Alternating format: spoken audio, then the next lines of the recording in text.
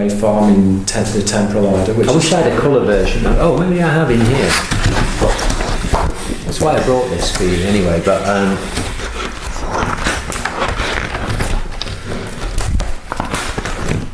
or maybe it's yeah, that's part of it. Right. That is the bigger picture. Yeah. This is Sapphire, right, forming, dreaming into existence. Yeah. Well, again, Sapphire is knowledge, but Sapphire is a sphere.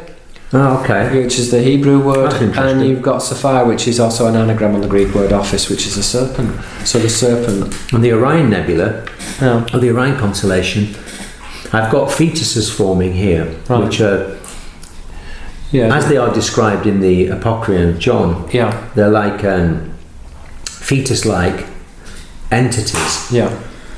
And the demiurge here is the beast forming. And all this was taking place in almost like in a womb, but projected from the mind of the Aeon.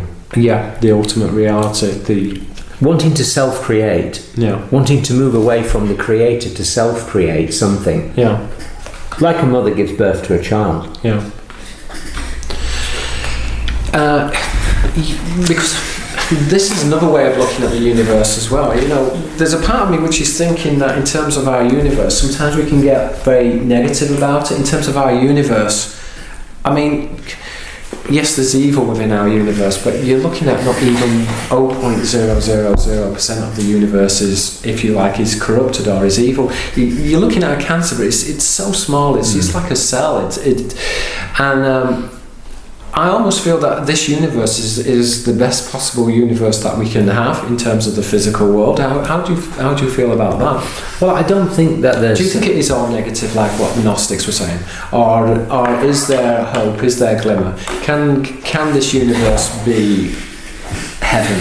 Can we materialize something which is very similar to the pleroma? It goes back to the Gnostic understanding of the upper Aeon and the lower Aeon, and heaven being a place that is situated at the core of the true human being. Yeah. So there are many universes, and there are many projections of infinite universe. But what we're dealing with, and what the Cathars were trying to talk about, and the Gnostics talked about, was a projection of a reality that was born of something that was not giving humanity its true potential. I see this. I see that beyond that there's much more. Yeah. So I see that this reality, in a sense, as being distorted. It is a distortion. It is a distortion. Yeah, that's exactly what everything is, though. On one level, you've seen the use of distortion in every facet of our reality. But is this again to do with the limitations of the mind, or do you think that there is an interface which is actually creating this distortion? I think that was the implication that you were implying. I think it's both, because I think that the mind, the potential of the mind. Well, where does the individual start and where does the individual end? And again, how do we constitute what is the mind, or is that in itself an illusion? Well, the mind is nowhere near as superior as the intelligence of something like the heart. Right. And the intelligence of the heart is connected to what the Gnostics called the Aeon and the Pleroma. Yeah. And it was something that we would need to access in balance with an open mind, a door that is open, to be able to live to our full potential. Now, on one level that sounds so simplistic, and it sounds like utopia, and it is on one level, but if you then put into the mix the things we've already been talking about, which is alien interference, a faked construct which is part of the alien interference, a construct that is changing and being made to change because of external forces. All of these things will have an effect on the mind. However, they might not have an effect on the heart. Right. The heart is the truest and the biggest connection to the world beyond the fakery and the illusion. The problem is, for us, I feel, is that the world is so structured now in this point in our time loop in the 21st century. it's structured in such a way that it's getting very difficult for people to find that heart connection. Yes, the time out. It's time out, and it's also feeling it. Yeah. It's like a form of knowing. Yeah. Now, saying that, there are lots of people that do feel it, and are part of let's call it an awakening. Yeah. However, what's mystic about this awakening? I think if there's an awakening, the awakening is happening, but it's happening not in the way that we think it is. Right. You can only go far down a path and realise that the path is what it is. Yeah. It doesn't change. No. If you go to another country and you go on a journey and you start walking down their topography and their forests and their buildings, don't expect it to be all of a sudden transformed into sea or the Sahara or something. It's going to be what it is. Yeah. This path is what it is. Right. The path that is being projected outward is ultimately going down the route of artificial intelligence controlling the planet. Yeah. Okay, that's one path. Yeah. There is another path, and that path is a path that leaves that behind and completely and utterly rebuilds a different reality, which is based on the world of the heart that we were connected to in not so far distant memories before everything happened. Out of interest, and I know this is purely speculative, do you think that alien species always go down the artificial intelligence route in order to become... No, I think there's a certain type of certain type of alien that is artificial intelligence, and I think there are other levels of our DNA, what is called junk DNA, that is also alien. In terms of interpretation. So that's why goats can be born with one eye. It can be poisoning at genetic level. It can be splicing. It can be the reason why a child can be born with a tail in India, or a man can be covered in hair in Mexico. There's genetic codes that are opening and combinations that relate to junk DNA, which would eventually, as been proven by mainstream science, could lead to a myriad of different rise and falls of alien civilizations on a par with Lord of the Rings. From orcs to goblins and elves and all the rest of it. So the junk DNA is alien-like. And we are. It's like going into a supermarket and seeing tins of beans on a shelf, and thinking that the only way in which you can see a bean is in tin form. But yet beans exist on a tree. On a branch, on a stem. They grow in nature. They're organic. They have different colours, different sizes. But if it's packaged in an artificial, external way, then that's all you've ever known. Then that's all you'll ever believe in. So that's why people don't necessarily believe in alien life, because they've never seen one. It's outside of their experience. It's outside of their experience.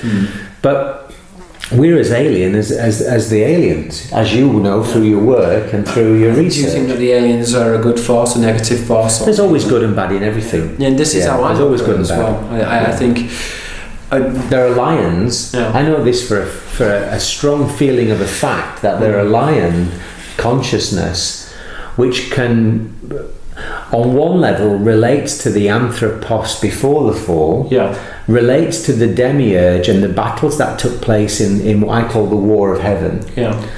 There are lion-like consciousness which is encoded in the genetics of the human species, and this is why today when people open their ancient eyes, they sometimes see a human being look lion-like or reptilian or whatever they see. It's because the genetics of that particular strand of consciousness from Sirius or Orion or wherever is actually strong in the genetics of that. So you identify with the lion, you would say? Oh, I do, yeah. I mean, people have told me that I look lion-like a lot. Not reptilian. No. Nothing that I've not got nothing against reptilians, but being prejudiced now. No, not being prejudiced, I mean, it's a ludicrous thing. It's a bit like star signs, isn't it? It's when you ask somebody, so what's your Chinese star sign? Oh, well, are you a rat or are you a pig? It sounds degrading, doesn't it? It's like, are you a lion or a reptilian? Or are you a monkey? I'm more of a monkey lion. It's hilarious, really. No, but I don't see it as just one type. I think there's good and bad in everything, and I think there's. You see, I think in creation, it's quite obvious, really. I think everything moves towards balance, but I think what's happening is that there are species who are very spiritual, and also species which are very predacious. And I think the predacious species often they they have, shall we say, more of an influence because the other species which are moving towards equilibrium are more balanced, so they kind of remain more in the background. There is that. I think there's also been deliberate removal of species on the planet over thousands of years. I'll give you an example. I think what we understand as Neanderthal, which was named after some guy that discovered them, from that period, that Paleolithic, 30,000 BC, the decline of them around that time, seems to be connected to the advancement of Homo sapien. And it looks to me that maybe one species overtook the other. You could say maybe one species got rid of the other. A bit like a genetic crop or a genetically modified crop interfere with each other. If you allow one crop to be blown into the other, and eventually the GMO one takes over and becomes the dominant crop in the field. So you think that was through warfare then? I think it was probably more likely through it sounds bizarre, but it was more likely through the rounding up and the killing off of our so-called Bigfoot ancestors. To the point where... Well, I think the Adamic man does have some of the native hominids in his DNA. So if you were going to look at the DNA, you've got the seraphim component, you've got the cherubim, and then you've also got the hominids, which would link into what you're... That makes sense. And I think that the goddess and the creative energy and the world before the world that was eventually populated by... the modern human. We're now looking at the atomic human being, aren't we? We are, But the world before was very much a world that was connected to the stars, to the focus on the organic world, the creativity, the spirit, the imagination.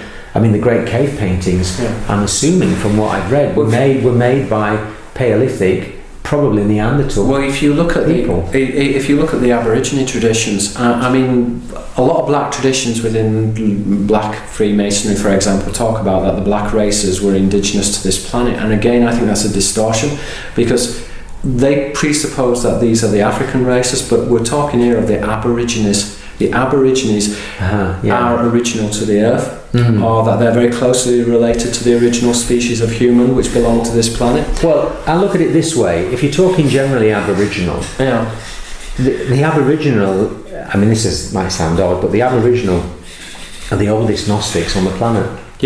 And that's how I see it. The dream time. And it's got nothing to. I mean, we can talk about spacesuits. Genetic spacesuits. But actually, it's all about consciousness. So you're dealing with what's beyond the eyes. If you look through into the soul of a person through their eyes, some of the native peoples of the golden years that are gone, from Sitting Bull in the Lakotas to the great nations of the Aborigines and the Polynesians and all the rest of them.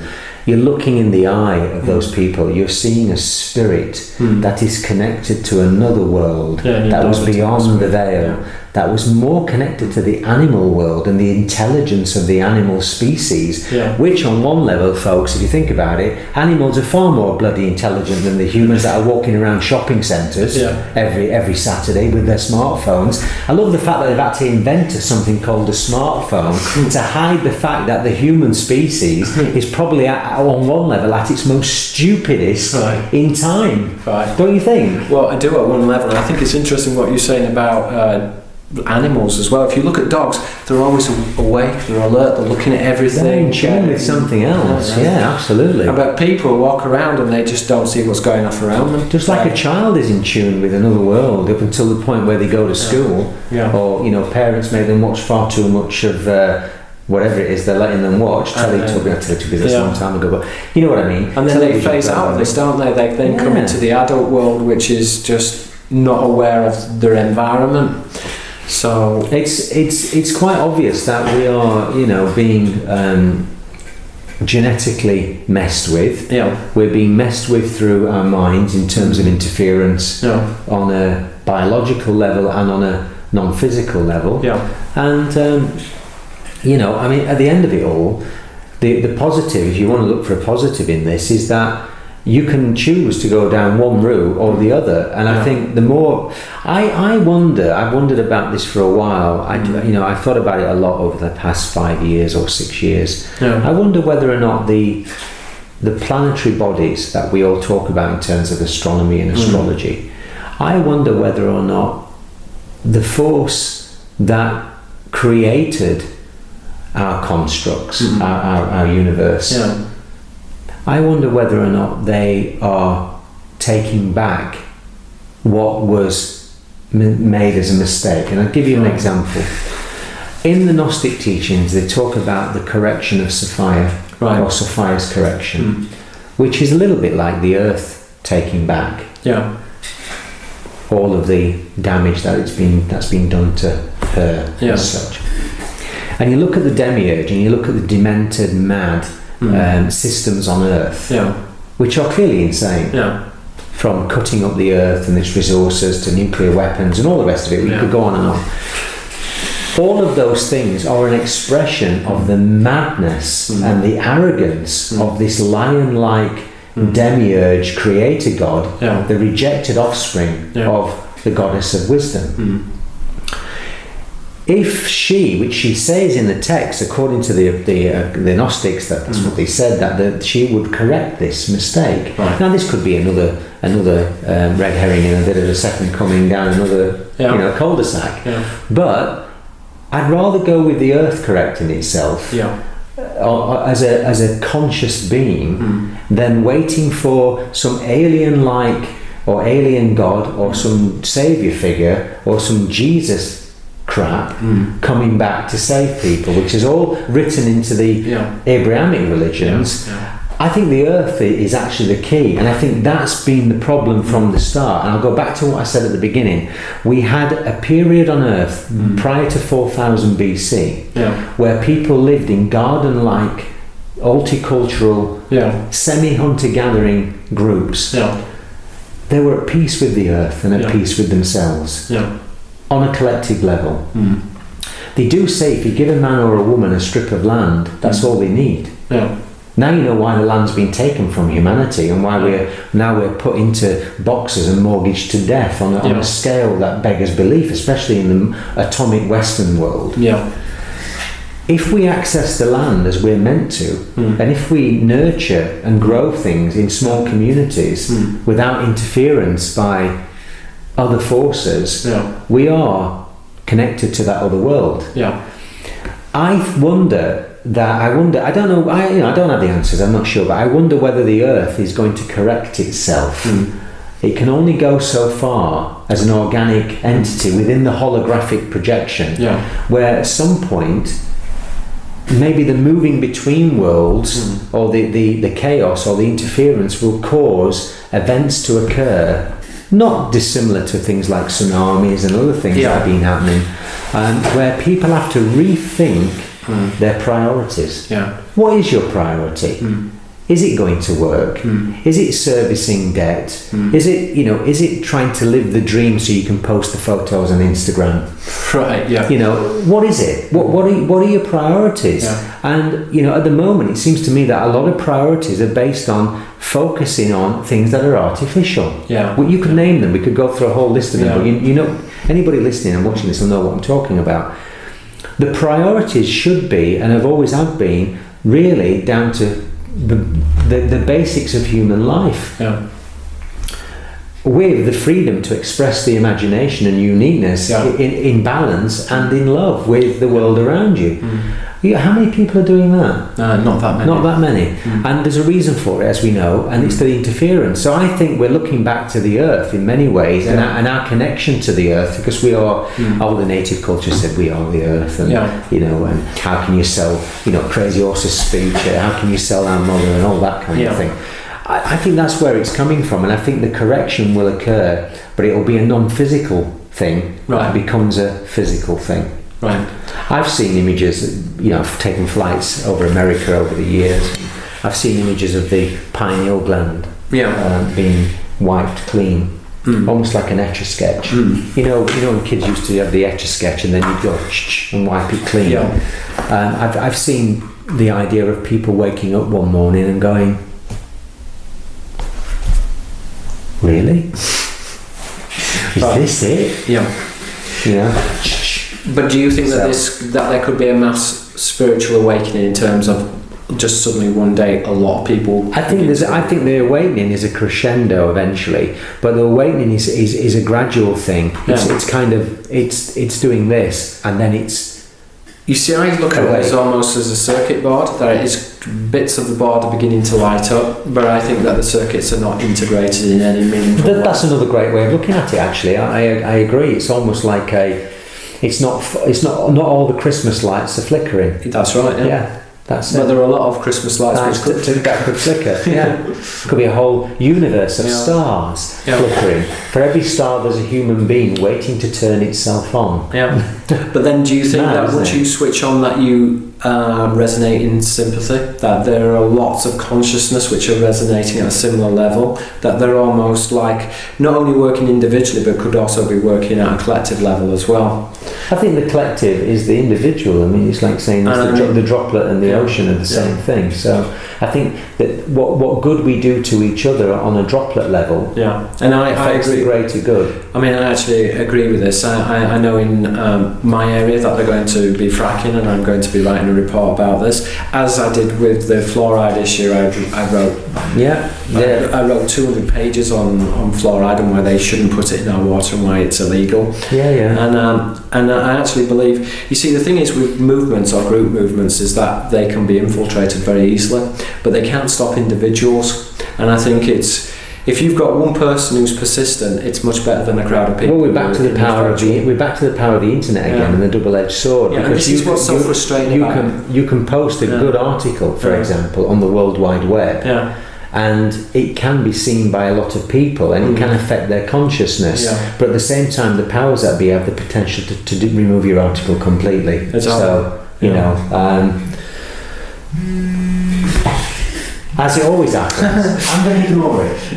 Oh yeah, yes. It's a friend of mine. I told him today. I forgot to tell him I was doing this, but anyway. It'll go, basically. Like a bee, like a wasp. It'll go. So I think that it has to be about balance, doesn't it? And I think what's quite interesting is that, like, when I started putting out some ideas to my friends, people want to be told what to do. Okay, I want to help. What do you think I should do? And it's just like, well, it's really not that difficult, is it? Everyone knows their skill set. If you're good at writing letters, you write letters to various departments. If you're not good at writing, you just print out some leaflets and post them. Or you do whatever you do. You write a poem, you make an image, you make a movie, you do a video. So you do what you can do, and it's simple. And it doesn't really involve a lot of work. It just involves a lot of individuals doing their own thing. And if they start doing their own thing, then these type of impositions, they can't occur. Well, that's true. It's like the idea of not being able to herd. The idea of herding lions and herding sheep. We've heard all the analogies many times. But I do think that the rulers themselves look at us with absolute contempt. They look at us. The system does. It's the system. I mean, you have got rulers and you've got figureheads and puppets. And then then you're going into the realms of the unseen. Yes, the hidden world. The hidden world, which ultimately feeds back to a I call it a centrifusion or a central control system, which is like a virus, which is mental. I mean, we're talking about the mental world of the jinn now. Well, I think the jinn circulate this like moths around a light. Yes. I think the central focus is this kind of arrogant, beast-like. Do you know, actually, the nearest thing I've seen to trying to get a visual understanding of it was in the Me and My movies, Marvel Comics, Doctor Strange. Right, I haven't seen that. Well, if you read the comics as well, there's a figure called, is it Dormammu at the end of the movie, which is this face, this celestial-looking face, which is made up of all sorts of kind of energy fields. Right. Which looks like a kind of if a computer virus had a face, then that's what and it was giant. So this is like imagine looking at the sky and not seeing the sky, but seeing two great big eyes with energy fields around it, and it's that kind of on a scale of visual scale. It's that kind of thing, and I think the central focus for all the madness is coming from that, from the rejected child of Sophia. Right. Yes. The arrogant beast, as it. Now, what that child needed was not rejection. Was love. On one level, was to be nurtured by the mother, not the father. The mother. The mother rejected the child because, as it says, he was illegitimate. Wasn't he? Well, she was terrified of what had been created because it was almost like a kind. In the text, it talks about a creation that was born of. For Sophia, a nightmare. Not the dream that would be. It was almost out of her control. Like what you were saying, that this virus had escaped and escaped but grown in size. And then eventually, I mean, do the Gnostics look towards some kind of reintegration of the Anthropos? I think that's the correction we were talking about. That's the Sophia correction. I think because you cannot separate the true human being, the Anthropos, from the upper Aeons and the consciousness that is channeled through the goddess. You see, when I also look at the Anthropos, from my understanding of the Anthropos, we're dealing here with human and non-human beings. That the term Anthropos was used to refer to a sentient being, something which was human-like. Oh yeah, well, and I think that's kind of interesting because, like, when you look at the Gnostics and you look at the sort of classical and Greek traditions, they talked about aliens, but they can also refer to them as humanoid. Well, look, this is interesting because the idea of the Archons in the Gnostic text talk about them looking like fetus-like. Yes, but not any old fetus, human fetus-like, which is grey-like, isn't it? Which is like the grey aliens, and also, which are the jinn, which are emancipated. That's right, and also the Nosferatu, the vampires, which are grey-like, but also not evolved into true humans. Yes, they're still a fetus. They're not grown. They're naive. Even grown in terms of spiritually grown. But is this the artificial intelligence we're talking about again? Well, I keep getting images in my mind also of the Matrix film where you've got the babies that are being grown by machines. To then fuel battery source to fuel the Matrix. And I think that is pretty much near to. So the soul is the truth. In terms of not physical, but the soul is being used as a battery, and the forces that are connected to the virus, which is creating the Matrix, are machine-like. We're back to the Transformers again in the artificial intelligence. Right. We're talking about this in a literal sense, that we're dealing here with beings which have integrated their bodies with. I think it's got to such a level now that I think. The woman in the red dress in the Matrix, the scene. It's got to such a point now where I think unless you are really, really sensitive, you'd find it difficult to spot the difference between an artificial human made of pure artificial intelligence and a human born of organic matter. But this is the Turing test again. Turing talked about this. Is it? Okay. The Turing test is that artificial intelligence would come about when you couldn't tell the difference between a human or artificial intelligence. Well, this is it. I think there are people in this world, I mean, without naming names, but I think there are people in this world that are pure artificial intelligence. And we see them on a daily basis and think that they're human. Get your head around that for a second. We look at them and we see them as human. They look human, but every fibre of their being is artificial intelligence. Do you think this links into what was described as the artificial spirit? It's connected to it. And you see, the artificial spirit itself implies an artificial life form because the spirit and the life form are connected. Well, it is artificial because it's coming from another source. It's not coming from the same source. Everything comes from the source, but it's not coming from the same source. It's like in the Gnostic teachings when they supposedly say you look to the sun and you look to the creator and you look to the creator of the sun and the moon, but there is a creator behind the creator that gives life to all life forms. And at what point is that how far does your belief system go? That's what I'm trying to say. Yeah. If you believe in religious creators, good luck to you. Yeah. I don't personally, but if you do, then you got, in my view, you're going as far as you can beyond the perimeters of the matrix. Yeah. The matrix is created by something, but something else has created that. And we're talking Demiurge, Sophia, and the upper Aeons. And at some point, you're at a level of awareness that is that everything is coming from some kind of source, which is the holographic universe. Which it could be that, and I think it's also.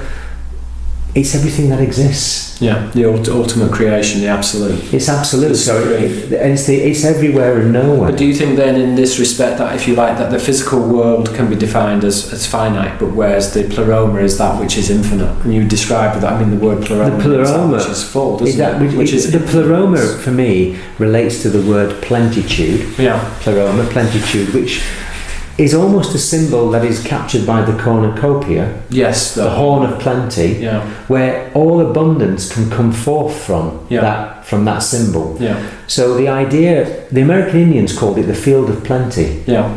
So they would, in their rituals or in their meditation, they would, what we would understand is tap into the field of plenty to draw down from the horn of plenty, the pleroma, everything that they needed to live their life. Now that's easier said than done. Yeah. I mean, I can say now, and I'm me like anybody else would have issues with trying to manifest the things that we need. And the reason why is because the mind interferes with the clarity that connects us to the pleroma. You see, this links into dream states as well, and controlling the dream, which links into meditation. That's it. You see, for me, the importance of meditation isn't about disconnecting, it's about actually getting to the level of consciousness which is related to dream states, because the dream states are connected to the spiritual realm, the Aeon, and the projection or the manifestation of that physical reality. And I do think it is possible to control the soul pattern. If you can control your dream state and become a lucid dreamer, then you have much more control within the imaginal realm, which is the spiritual realm, and that interfaces with when one dies. I think that's where hallucinogenics came in the past and things like that. Yeah. I mean, going back to the plentitude thing and the cornucopia, they on the in this country, in London, on the Bank of England, there is a series of images in stone as sculptures above the main gate to the old Lady on Threadneedle Street, and one of them on one side is a ship, which is the angelic tradition. The angelic tradition. Then there's a goddess. And next to the goddess, surprise, surprise, is the cornucopia. Which again, if you've got the two horns, which would make the ovaries, but again, the word for horn in Hebrew is very similar to the word for light, which are the children of light, which are the planting of the bloodline or the planting of the seed. And there it says, the children of the boat. The earth is the Lord's and the fullness thereof. And it literally means we control and there's your physical manifestation. But you see also you've got the beehive, and the beehive itself. I forgot beehive. Well, alvos and alnus. It's all in there, isn't the word beehive is another word for a ship or a boat. And again, you've got this idea of bees, which are worker bees. Which again links into that is all above the Bank of England main gate. Actually, there's another image not far from it as well, which is on the inner gate, which is two lions, in heraldic style, guarding a great pot of gold. Which my interpretation of that would be the solar and lunar line. But as we said before, it does. Well, I think it is that. It interlinks with I think it is that. Of Orion, which were the demigods, the builders, the lions of Orion. That's a good title for a book, that. It would be, Thank you. So I've been wondering where that would come from. There you go, the Lions of Orion, or at least a chapter in a book. I think so. Well, I mean, I've got a sneaky suspicion that Leon, Lion, Orion, that these are all related, connected to each other. Orion and Regal and Original. And, I think you're right with the etymology. So if you Neil spelled backwards, Leon. Exactly. It's all. I mean, I'm not the expert in etymology. I'll leave that to you. But I can see that there's a massive connection to it. It's funny that with the talking about physical manifestation, because it made me wonder a few times that if you could truly access the source, Yeah. and you were in total self-knowing, and I'm not talking about ego. We're talking about gnosis here. Gnosis. Yeah. In other words, you were revealing The absolute. the absolute to yourself. Mm. You could be totally free of this reality, Yeah. which is what, We're talking in the about. simplest terms, what the Gnostics and the Cathars were talking about. They were the Cathars. We're talking about physically disengaging with the reality, just like one moment you're here, the next moment, pop, you're not here. Quite possibly for some, yeah. Why people would disappear. Mm. I mean, I don't mean why they would disappear for other reasons. Yeah. We know why people disappear for other all kinds reasons. of different reasons. But I'm talking about the idea of, Saint Germain and all that kind of thing. And Yeah. the flying monks and, you name it. There's loads of stories on it where one minute they're here and the next minute they've gone. Disappeared. But the Cathars, in line with that, they carried with them only the belongings that they needed, which was the cloak, a stick, and a water gourd. Right. And they said not to have any other possessions, Right.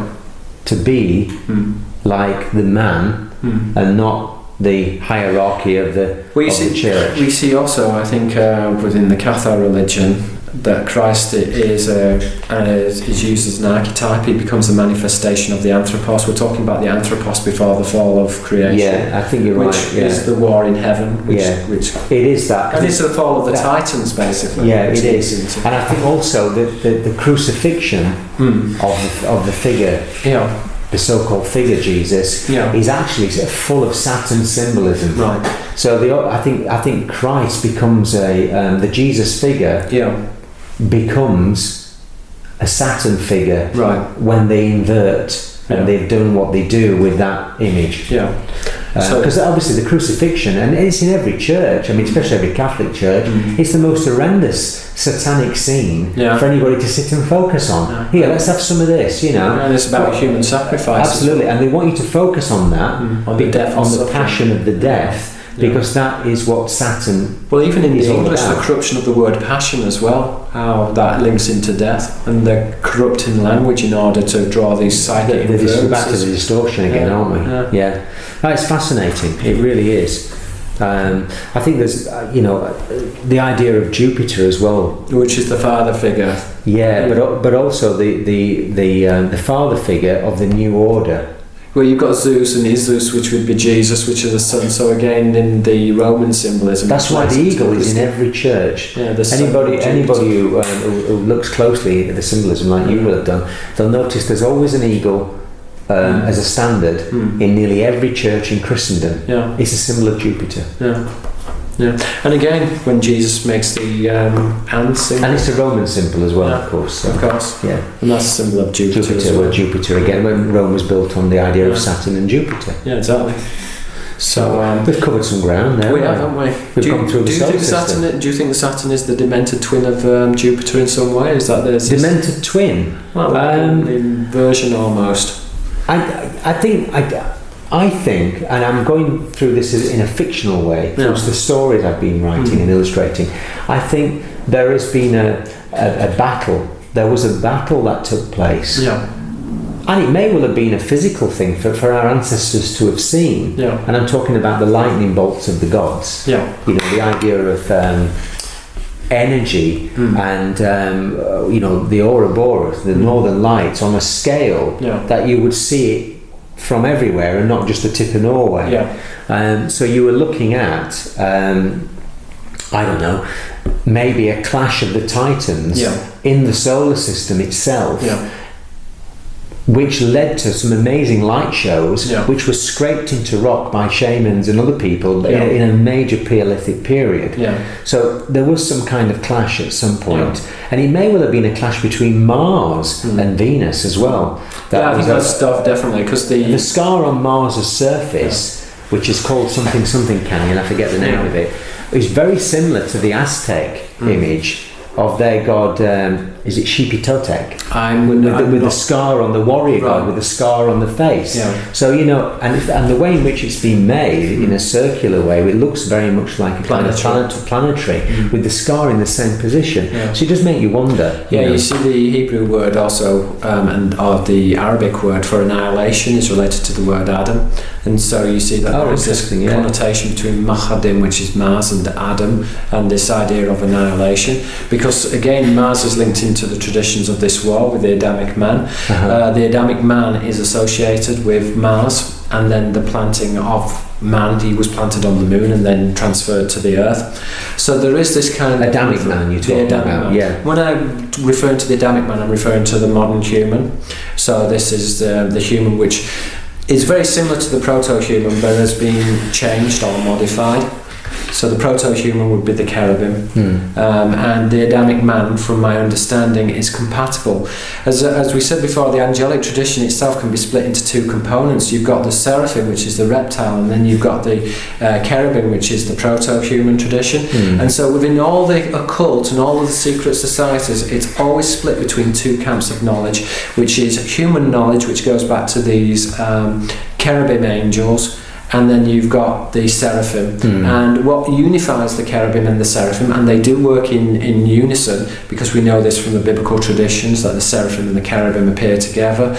But what unifies this is that they are born of a boat, and the boat is a symbol of what was referred to in the Apocrypha as the Ophanim wheels. The Ophanim wheels is another word for a flying saucer, but they were represented as shields or wheels. So, for example, you've got Opal on a shield, which is related to Opalite, a soldier, which would be the angelic host, and relates to Pleon, which is a boat. So the circular vessel is a shield or a boat. I can go with the feeling that people were. But this links into were taken from ships and have been taken up to ships. And, well, again, the word apui means abductor, and this would relate to the Opalite, which is a soldier or the angelic host. Opal on a shield, and Pleon, which is a boat or a vessel. Yeah. So they represented, if you like, the shield is used to represent a boat, and the shields were again used to cover the doorway to a boat. So if you look at the goddess Athena, she has a shield, and then there's a serpent inside of the shield, and this would be the seraphic host. So again, in Hebrew, you've got Sava, which is the host, the Boeth, which is the angelic host, but this relates to Seva, which is a serpent, or Seraph, which is a serpent. So the Boeth, which is the angelic host, which refers to Sevet, which is a crew of a vessel, Teva, which is an ark, but this all interconnects in with circular vessels. These were angelic vessels, which were represented as shields or wheels. I think, and that connects to the seraphic host. Yeah, I think that idea of a host is quite important. Yeah, but they differentiated between the hosts, and I think this is important when you begin to look at the scaphological tradition or the study of angelic ships.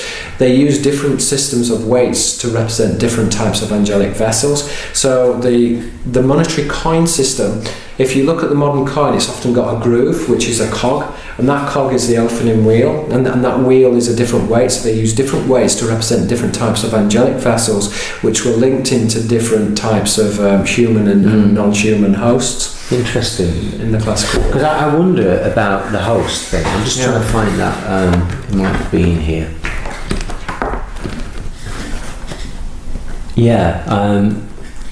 Have you seen this image of before the moon?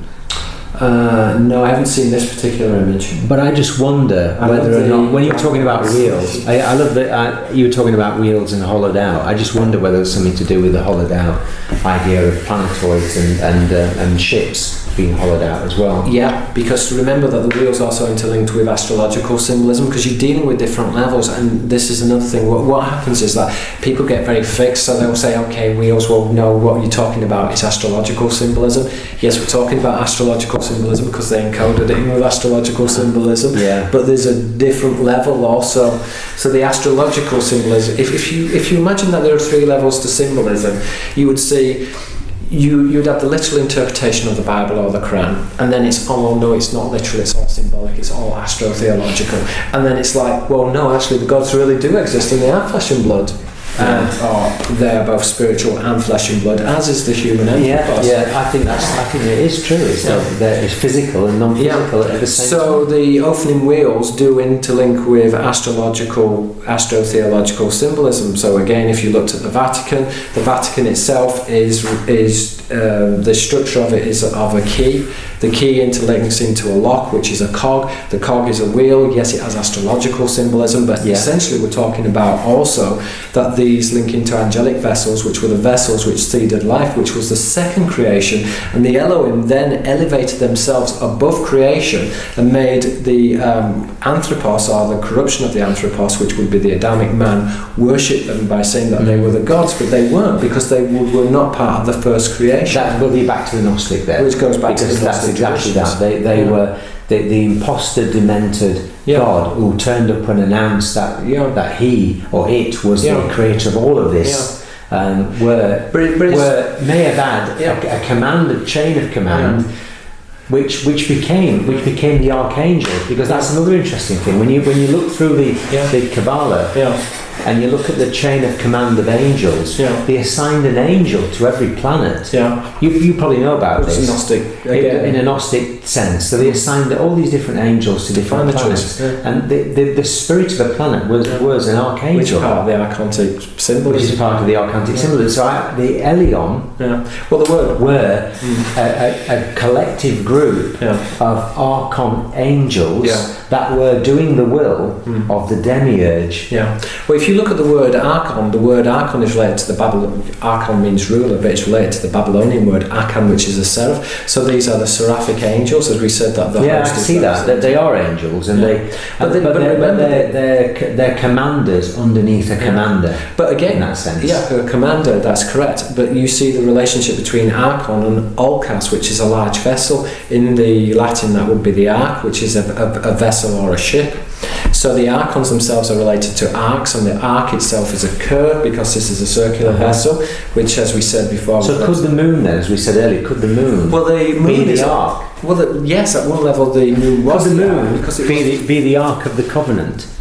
Could it be the ark, as in the biblical flood? Did it cause the biblical flood? In the Zoroastrian tradition, the seed of man is stored on the moon.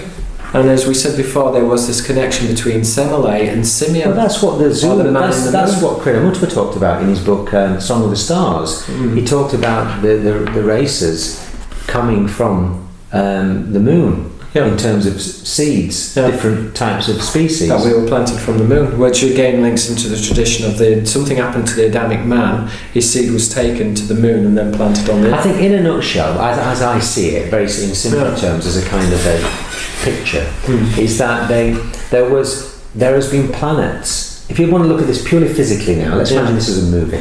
Right. There was planets that were free, and there were planets that were ripe for the taking. Yes. And there were invaders that have always invaded.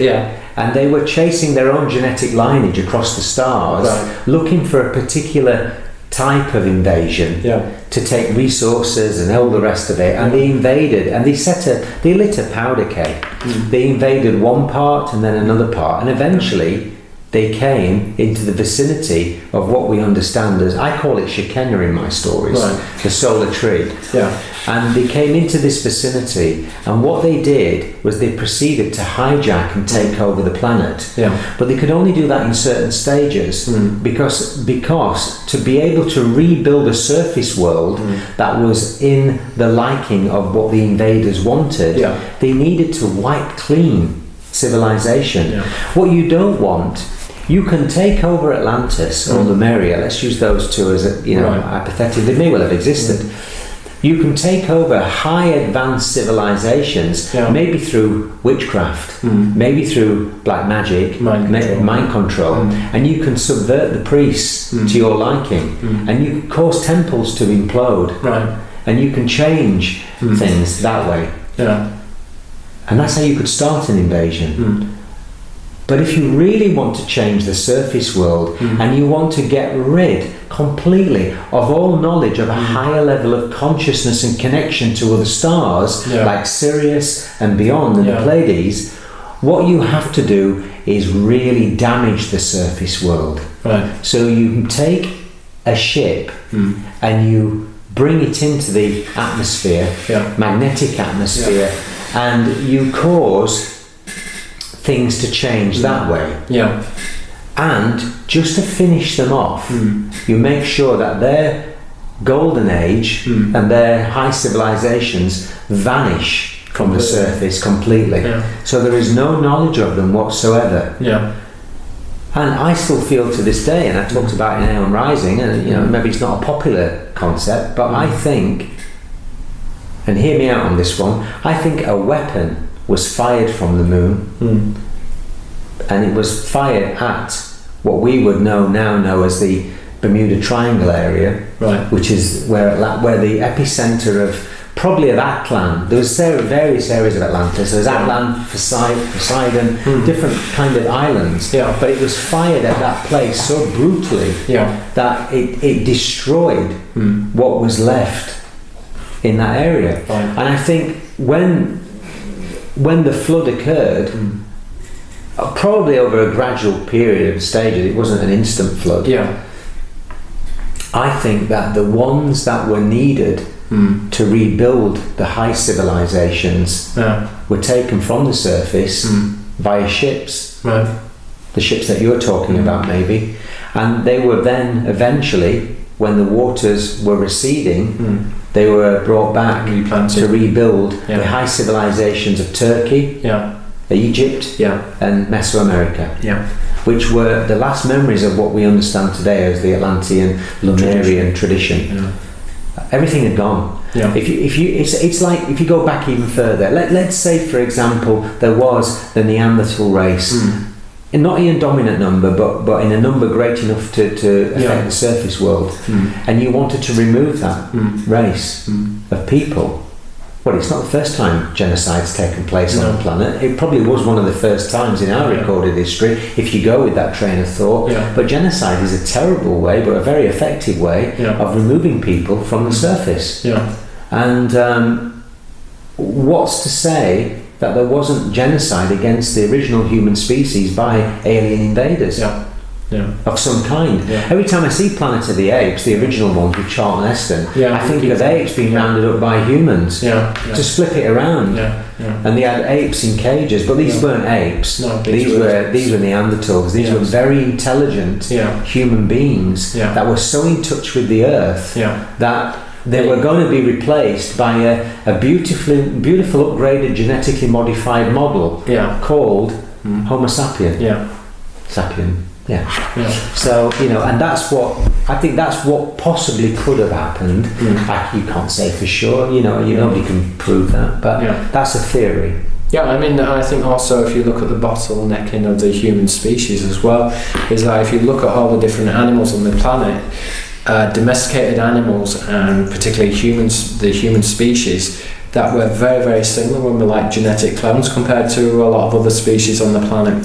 And so that again tends to presuppose that either we were completely destroyed or that we were planted on the earth from a particular genus. That's it, planted on the earth. I mean, it sounds good to me. Genetically made. I mean, thinking of the Anunnaki and the tablets, the Sumerian cuneiform, and the what looks like test tube babies and things like that. The word Anunnaki means gigantic. The sons of the Anaks were the giants, and if you've got this diptych paranomasia, which is a wordplay from the Greek or the Arabic or from one language into another. So Anak, which is a giant, is a wordplay on Anax, which is a prince. And again, when you look at the occult tradition in terms of warfare on this planet, what you're actually finding is that certain bloodlines are, if you like, authenticated by the Elohim, that they're allowed, they're seen as being legitimate, but there are other ruling bloodlines which are the Nephilim, which are not legitimate, which do not have a legitimacy to rule by the Elohim. And so this is what's happening in terms of the wars on the planets. But this is also interesting in terms of royal lines. That can be mirrored in all of the historical examples. The War of Roses, the 100-Year War, 30-Year War, the religious wars, and all the wars wars between different Well, the bloodlines. rose is a plant which is easily grafted, so the rose is a symbol of this grafted bloodline, which goes back to the Tudors. Well, Zion as well. Tudor is Judah, and the word Zion comes from the word for a thorn bush, which goes back to the Sinai tradition, Zion and Sinai, which is a symbol of the rose and this grafted bloodline. Yeah, that makes sense. So you've seen this relationship, but you see there was a break as well, because there were two within the elite or the Illuminati. Remember that there's a human and a non-human element. Now, basically within the Covenant of Worlds, it was agreed that there would be this grafted bloodline, which were this legitimate bloodline, which was said they were given the authority to rule. But then you've got this split where humans were saying, well, no, we want to represent ourselves, we want to be able to rule ourselves. And so within the Platonic traditions, particularly within the traditions of Zeno, you've got Zeno, which talked about the Republic, and talking about that you could have men who would rule themselves so that they could be at the top of the state. And we're not talking about individuals who are born from the bloodline or those born from above, but we're actually talking about normal men who could rule themselves. And this created a big schism or a big split. So the idea about whether we have a republic and that men rule themselves, or that we're governed by this monarchical bloodline, is still the basis of many wars today. Well, that's interesting, because that's almost a blueprint for every country on the planet, and every political structure on the planet. Exactly. It makes me think. I go back to my feelings again about the what I call the idea of a dual god, and the duality that is a projection coming from what I call the Orion constellation projection. The war of heaven has taken place in Orion, and it's manifesting itself as every war on earth, in every form. All duality is a war, because it's the opposite end of something that is source for both ends of the spectrum. Well, you've got the war ceases when duality ceases on one level. Well, I'm thinking also with the conscious and unconscious mind. You see, the Romans looked at the conscious and unconscious mind as the, if you like, the human and the daimonic mind, and this goes back to the dialectic or the dialogue in terms of, let's say, Socrates and the way in which they would debate information, because you had this daimonic element which they would tune into. So the dialectic is, if you like, this. Well, I describe it as a parallel society. So you have this parallel society which is a daimonic and a human element, and that they work very close together, and it's part of something which I refer to as the seraphim-cherubim dialectic. So you've got the seraphim, which are these reptilian angels. When I mean angels, I'm using the word to refer to an alien. And then you've got these proto-human aliens. Again, they're both part of the Anthropos, so we can say that they're humanoid. That Give us an example of proto-human. What would you mean? I mean, I know what you mean. Before we were messed with genetically. Okay. So it could be. It could be a species, an ancient species. An ancient species. They originate from the Pleiades. Their DNA, from what I can understand, was tinkered with, and it was mixed with aborigines or hominids from the earth, and they were also mixed with the seraphim, which created the Adamic man, and the Adamic man is compatible sexually with both the seraphim and the cherubim. So it's this species which... So they could intermingle with each other quite easily. That's it. To create these grafted bloodlines. Well, that's what you've got with the so-called ruling bloodlines and the intermingling of the sons and daughters of the giants, which goes back to Orion, because you've got the Nephilim. Nephilia is the old word for Orion, and you've got the Gibberim. Gibbar is Orion, and the Gibberim again with the giants. Giants. So that's why Orion is a giant. That's why Cyrus was a giant. Exactly. Well, these are giant stars. So we don't need to look at it in a literal sense. The signifier of the giant represents the giant star. These don't have to be giant beings. So we're dealing here with the symbology. Interesting. No, it's funny because I put together a new version, as you know, of that, and I put a whole chapter on Orion, and some of the things we've been talking about, I've managed to, I've elaborated on, and updated. So, it's fascinating. I think the key to to understanding the projection is definitely anchored in the Orion constellation.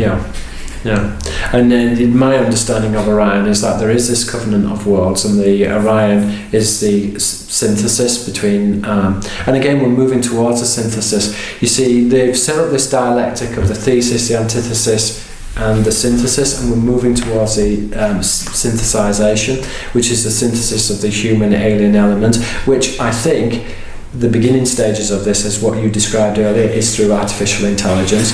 The artificial it is. Yeah. It's transhumanism. That's what we're dealing with at this level. I think everything, the whole transhumanist agenda, which it is an agenda, if you look at it for what's going on, is about making humans prepared in their minds for the takeover by artificial intelligence. There is no other reason for it but that. All the stuff to talk about gender, transgender, to the point of, I mean, look, people can call themselves, in my view, people can call themselves whatever they want. If they want to believe whatever they want to believe, that's up to them.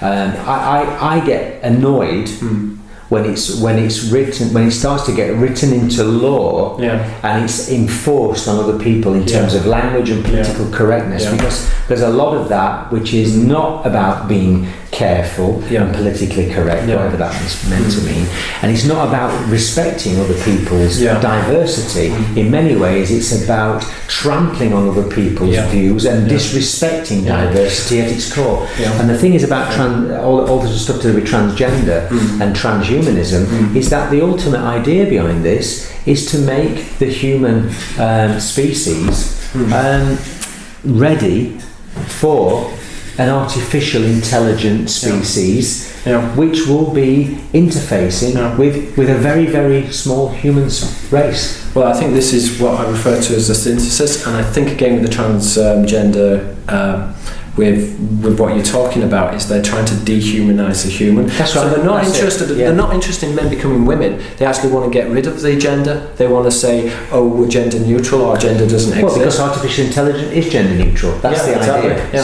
So it's the and it's so obvious when you look at it for what it is. And again, it goes back to the corruption of the Anthropos, which is reinforcing that corruption, which is the deviance, which in the Gnostics, will be corrected apparently by the earth. In the Gnostic text, they talk about the earth's Sophia correcting everything that's been a mistake in their sense. The mistakes are corrected and everything is aligned again with the Aeon, with the higher consciousness. I think that's a really good point to finish this small. It's been good, hasn't it? Very interesting. So thank you again, Neil, for talking. And just before you go, are you doing anything or lecturing or? I'm going to be. Well, one thing I'm going to be doing is. It looks like very likely is we're going to be. Me and another chap called Neil, coincidentally. It's not my alter ego. It is another chap called Neil. We're gonna be organising the Cathar conference for 2019, which will be in Cathar country. Brilliant. Watch this space for details because we're still in the early stages. And your website, the details? Just neilhague.com. Just neilhague.com. Okay, just everything on there. Okay. Well, thank you again, Neil. Great. Nice to see you. Great to catch up with you.